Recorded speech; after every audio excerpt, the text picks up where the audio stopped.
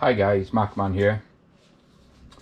So this is going to be the second video on my new canik rival.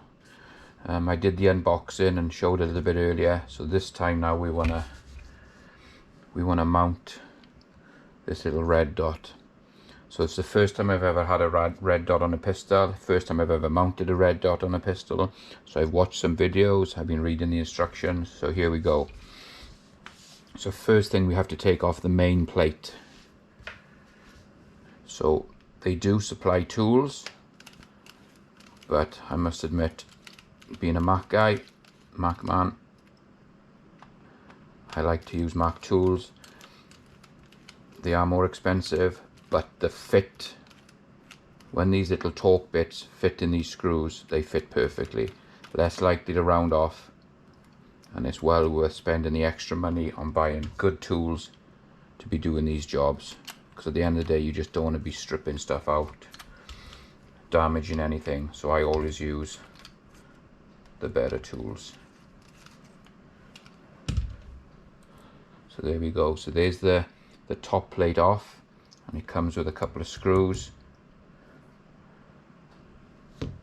and some little spring washers. And then there's the top mount ready to take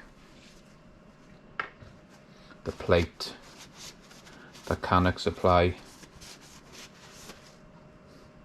to hold the red dot. So, and by the way guys, before I do this, I haven't taken this gun to the range. It is empty. It is all clear. Sorry for not showing at the start, but it is clear, empty, safe to work on. So we've got that there. So keep these screws.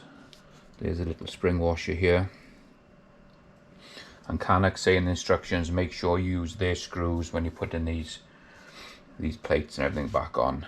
So I'll be using the R02 plate.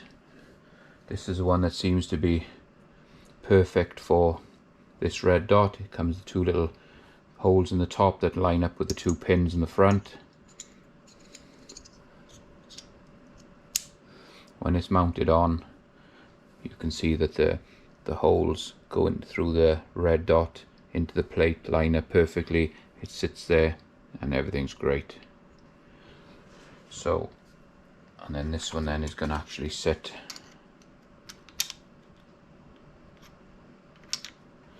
just sits onto the gun, and then once the red dot is all mounted up, that's how it's going to look. So I'm going to be using the original screws. They do come with a little spring washer on them, but I'm going to add a little bit of thread lock as well, because at the end of the day I've been watching these videos and these are guys saying that it's really important that these screws don't come loose, and add a little bit of thread lock to your screws. So it's not going to need a lot. Just a touch of thread lock on there. This is going to go through the plate. These screws first are going to be just mounting the plate down. I'm just going to hold my red dot. So I'll just start that just so it nips. Get the other one. Again.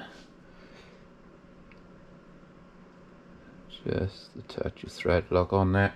It doesn't need a lot, guys.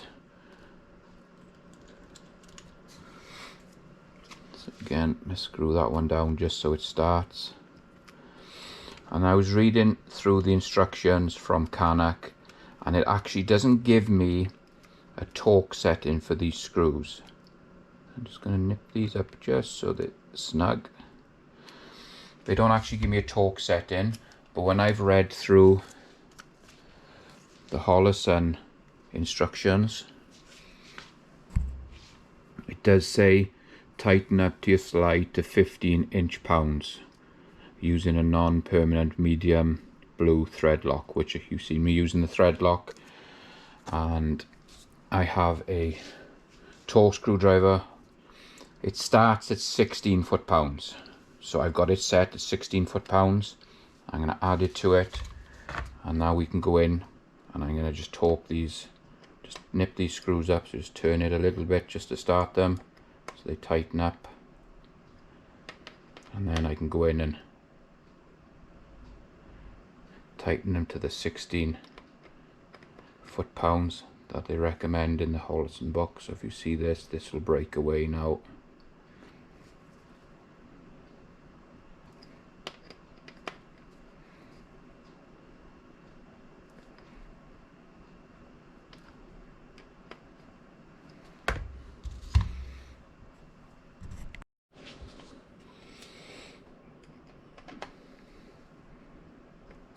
So you can see the screwdriver breaks away at 16 inch-pounds. So you just turn them up and it just clicks and breaks away. So I know these now are set at the 16 foot-pounds. So there you go, there's the plate mounted. Still all cycling. Trigger's working fine, so that's great. So that's mounted on there. So the next one is obviously the red dot's going to be going on.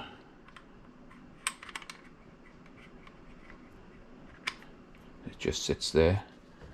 So they come with some screws. There is a couple of different screw lengths that come in the red dot box.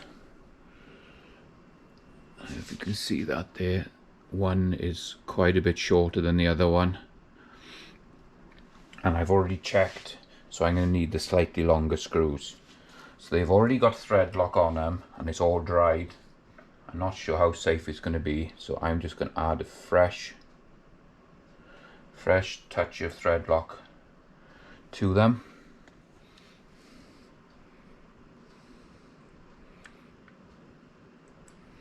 A little bit fiddly with my fat fingers. I'm just going to start it, just so it starts to go down. It's going a little bit tighter because it's going into the old thread lock. So let's get the other one with a little bit of thread lock on it.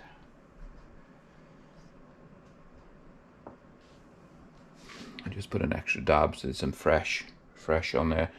I would have thought the normal ones would be fine even though they're dried, but I'm just being a little bit more cautious. I just don't want this slide and this red dot coming off while I'm at the range. So that one's nipped down, that one's nipped down, but I'm a little bit close to the red dot, so let me just go and get a little extension for this. So I just put a slightly smaller extension on it, so it's not, so when it's going onto the screws, it's not actually rubbing on so much onto the side of the red dot. So again, I'm just going to get it into the torque. I'm going to pull it down just a touch to start with, pull them down evenly, a little turn at a time, and then we can go to tighten them. There you are, the torque is broken away at 16 foot-pounds. You can do the same on the other side, make sure it's in, just turn it till it breaks. Quick double check, that one's at 16, and then there you go. So there's the red dot mounted. It looks nice on the gun. It sits there quite nice. Just it all folds in with all the lines of the gun. I'm quite happy with that. And let's switch it on. Okay, so we got it all mounted up, and with this one it just says hit either one of the buttons to switch the red dot on. So we've hit the mount button, and I don't know if we're going to be able to see this on the camera, but there's the red dot. So with these two buttons you can go up and down, brightness. Like I said, I got to go and set this up. This is something totally new to me. I've never used a red dot before. I like the look of it on there. There's a nice window on it. The red dot's nice and bright. So I think I'm going to leave this. They say to leave it for about 24 hours before shooting it, so it gives the thread lock time to dry. I'm trying to get it so you can see the red dot in there, guys. And then on this side here, there's the one here. See if I can get it to, I think it's at its brightest point there. Sorry, I'm struggling to get this on. And then you can take this red dot down to Nathan, and then just hit the other button and bring it back up. And there you go, it's back up on the full power. So I hope you enjoyed this little video, guys. It was just a quick rundown of me mounting my first red dot. Like I said, I've never done it before. Very simple. It's nice and easy when you've got the right tools, when you've got the nice torque screwdriver that fits the torque perfectly.